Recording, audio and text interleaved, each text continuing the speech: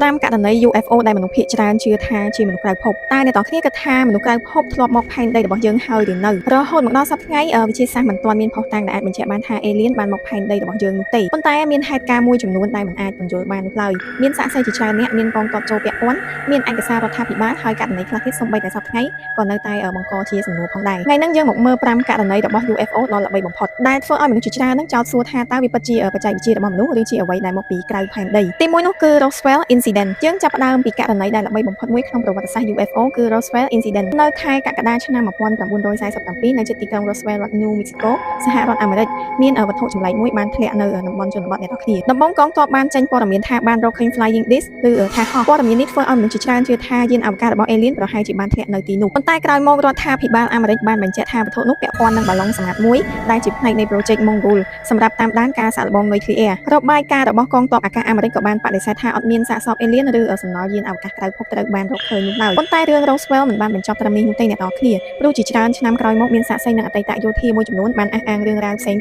ទៀតដូច្នេះហើយ Roswell នៅតែជាករណីដែលបែងចែកមនុស្សជាពីរក្រុមអ្នកដែលជឿថាវាគ្រាន់តែជាបាឡុងសម្ងាត់និងអ្នកដែលជឿថារដ្ឋាភិបាលបានលាក់បាំងអ្វីមួយទីពីរនោះគឺ Rendlesham Forest បន្តទៅឆ្នាំ1980នៅប្រទេសអង់គ្លេសនៅជិតមូលដ្ឋានទ័ពអាកាស RAF Woodwright ក្នុង Suffolk មានទាហានអាមេរិកមួយចំនួនបានរាយការណ៍ថាពួកគេបានឃើញពន្លឺចម្លែកនៅក្នុងព្រៃ Rendlesham ទាហានមួយក្រុមបានចូលទៅស៊ើបអង្កេតពួកគេអះអាងថាពន្លឺនោះមិនដូចយន្តហោះធម្មតានោះទេអ្នកខ្លះបានរាយការណ៍ថាវត្ថុនោះមានពន្លឺចម្លែកហើយដូចជាបានចុះចតនៅក្នុងព្រៃអ្វីដែលធ្វើឲ្យរឿងនេះគួរឲ្យចាប់អារម្មណ៍ជាងមុននោះគឺមានការរាយការណ៍អំពីស្នាមនៅលើដីនិងការវាស់កម្រិតវិទ្យុសកម្មនៅកន្លែងដែលគេជឿថាវត្ថុនោះបានចុះចតករណីនេះមានឯកសាររដ្ឋាភិបាលអង់គ្លេសហើយត្រូវបានគេស្គាល់ថា British Roswell ប៉ុន្តែក្រសួងការពារជាតិអង់គ្លេសអត់បានសន្និដ្ឋានថាវាមានយាន Alien នោះទេអ្នកនរគ្នាហេតុនេះហើយទើប Rendlesham Forest នៅតែជាអាថ៌កំបាំងចុះបើវាមិនមាន Alien តើទាហានទាំងនោះបានឃើញអ្វីទី3នោះគឺ Ariel School នេះប្រហែលជាករណីដ៏គួរឲ្យខ្លាចបំផុតមួយនៅថ្ងៃទី16ខែកញ្ញាឆ្នាំ1994នៅ Ariel School ក្នុងប្រទេស Zimbabwe មានកុមារប្រហែលជា62នាក់អះអាងថាពួកគេបានឃើញវត្ថុចម្លែកនៅជិតសាលា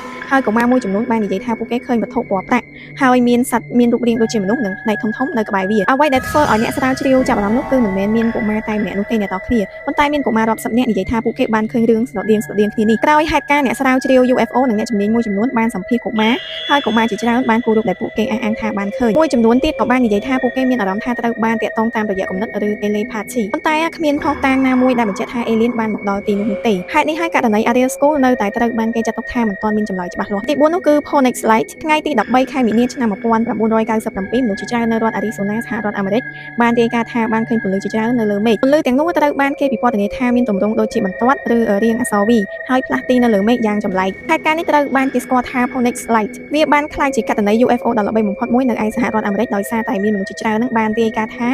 បានឃើញពន្លឺនៅយប់នោះអ្នកដែលសង្ស័យថាវាជាយានអវកាសរបស់ Alien នឹងបាននិយាយថាតើហេតុអ្វីបានជាវត្ថុធំមួយអាចផ្លាស់ទីដោយស្ងៀមស្ងាត់នៅលើមេឃអញ្ចឹងប៉ុន្តែអ្នកស្រាវជ្រាវផ្សេងទៀតបានផ្ដល់ការបញ្យល់ផ្សេងៗដូចជាយន្តហោះឬ flare របស់យោធាដូច្នេះហើយ Phoenix Light អាចជាយានរបស់ Alien ដែរឬទេគឺវាគ្រាន់តែជាបាតុភូតមួយដែលមនុស្សមើលមិនច្បាស់រហូតមកដល់ពេលនេះអត់មានចម្លើយដែលបិទរឿងនេះបានទាំងស្រុងនោះឡើយទី5 Washington DC UFO យើងនឹងត្រឡប់ទៅឆ្នាំ1952នៅខែកក្កដាមានការរាយការណ៍អំពីវត្ថុចម្លែកជាច្រើននៅលើមេឃជុំវិញ Washington DC អ្នកនរគ្នាអ្វីដែលធ្វើឲ្យរឿងនេះគួរឲ្យចាប់អារម្មណ៍នោះគឺវាមិនមែនជាការមើលឃើញរបស់មនុស្សធម្មតាតែម្នាក់នោះទេមានការរាយការណ៍ពីមនុស្សជាច្រើនហើយហេតុការណ៍នេះបានធ្វើឲ្យកងទ័ពអាកាសចាប់អារម្មណ៍យ៉ាងខ្លាំងវាបានកើតឡើងនៅក្នុងសម័យសង្គ្រាមត្រជាក់ដែលអាមេរិកកំពុងព្រួយបារម្ភអំពីបច្ចេកវិទ្យាយោធារបស់សហភាពសូវៀតហេតុនេះហើយកងទ័ពអាកាសបានបង្កើតនិងប្រើ Project Blue Book ដើម្បីស៊ើបអង្កេតករណី UFO រាប់ពាន់ប៉ុន្តែបញ្ហាសំខាន់នោះគឺការដែលវត្ថុមួយត្រូវបានចាត់ទុកថាជា unidentified មិនមានន័យថាវាជា Alien នោះទេរដ្ឋាភិបាលសហរដ្ឋអាមេរិកបានបញ្ជាក់ថាអត់មានភស្តុតាងដែលបង្ហាញថា UFO ដែលបានស៊ើបអង្កេតគឺជាយានពីក្រៅផែនដីនោះឡើយអ្នកនរគ្នាដូច្នេះហើយករណីទាំង5នេះគឺមានរឿងរ៉ាវខុសៗគ្នាករណីខ្លះមានសាក្សីជាច្រើនករណីខ្លះទៀតមានទាហានពាក់ព័ន្ធករណីខ្លះទៀតមានឯកសាររាជរដ្ឋាភិបាលប៉ុន្តែរហូតដល់សប្តាហ៍ថ្ងៃអត់មានករណីណាមួយដែលត្រូវបានបញ្ជាក់ថាជាការមកដល់របស់មនុស្សក្រៅភពនោះឡើយហើយប្រហែលជានេះហើយជាអ្វីដែលធ្វើឲ្យរឿង UFO គួរឲ្យចាប់អារម្មណ៍បំផុតហើយបើសិនជាថ្ងៃណាមួយយើងអាចរកឃើញភស្តុតាងពិតប្រាកដថាយើងមិនមែនជាអរិយធម៌តែមួយនៅក្នុងចក្រវាឡនោះទេនោះប្រហែលជានឹងក្លាយជាការរកឃើញដ៏ធំបំផុតមួយក្នុងប្រវត្តិសាស្ត្រមនុស្សជាតិចុះសម្រាប់អ្នកទាំងគ្នាវិញក៏យ៉ាងមិនដែរសូមខមមិននៅខាងក្រោមវីដេអូនេះសូមកុំភ្លេចជួយ follow និង subscribe បើសិនជាអ្នកទាំងគ្នាចង់ដឹងរឿងរ៉ាវជុំវិញពិភពលោក